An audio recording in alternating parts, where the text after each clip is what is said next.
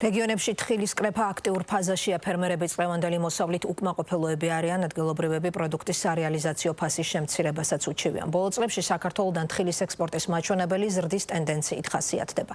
ბაზრების დივერსიფიცირების და მოსავლის გააზრდის მიზნით ფერმერებს სახელმწიფო პროგრამებში ჩართვის და სხვადასხვა შეთავაზებით სარგებლობის შესაძლებლობაც აქვთ.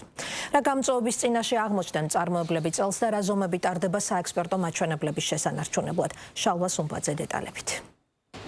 თხილის მოსავლის დაბინავება საქართველოში აქტიურ ფაზაში შედის. ადგილობრივი ფერმერების ცნობით წინა წლისგან განსხვავებით წელს დაავადებებისა და ამინდების გამო თხილის მოსავალი იმაზე ნაკლებია ვიდრე გასულ წელს. თუმცა იმედს იტოვებენ, რომ ვითარება დასტაბილურდება და მოსავლის აღებას შეუფერხებლად შეძლებენ. სფეროს წარმომადგენლების განმარტებით შემცირებულია საბაზრო ფასიც და წინა წელთან შედარებით ევროპის ბაზარზე განახევრებული. თუ კი შარშან გარჩეული მშრალი თხილის ფასი ევროპაში ბაზარზე 14 евро იყო წელს 7 ევროს ფარგლებშია. დღეში რაც დღე გადის ფუჭდება მოსავალი. ერთი და წამალიც არ არის ალბათ შედეგიანი და მეორეც ფაროსანა აფუჭებს. დაწვიმის გამო ძალიან შეფერხებულია მოსავლის შეგროვების პროცესი.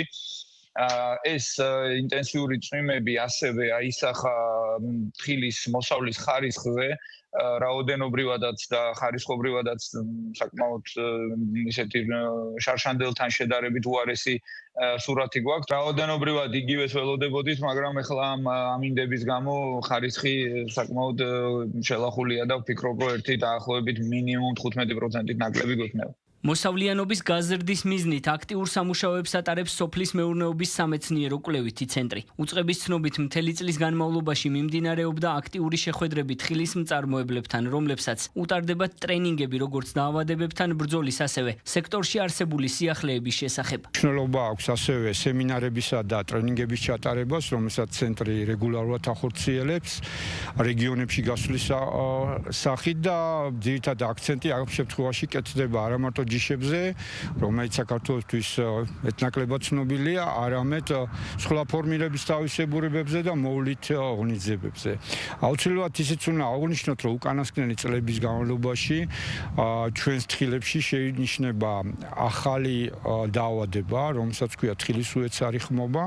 უნდა აღვნიშნოთ, რომ ამ მიმართულებით კვლევითმა ცენტრმა ჩაატარა მიზანმიმართული სამუშაო, მოცემული პრობლემის იდენტიფიკაციისთვის შემუშავებულია შესაბამისი ღონისძიებების პაკეტი რეკომენდაციები ფერმერებისთვის, რათა ეს პრობლემა იქნეს თავიდან აცილებული.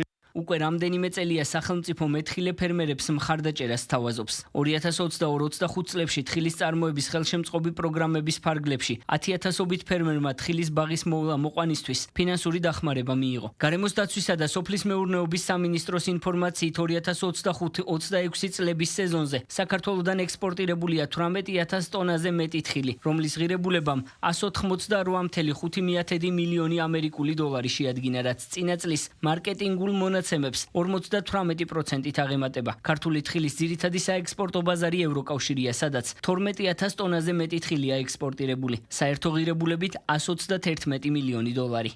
წელს ამ ახალ მარკეტინგულ წელს ალბათ არ უნდა გქონდეს ისეთი მაღალი ფასის მოლოდინი, როგორიც შარშან იყო მოუსავლიანობის გამო თურქეთში, თუმცა ვნახოთ როგორ გამვითარდება მოვლენები.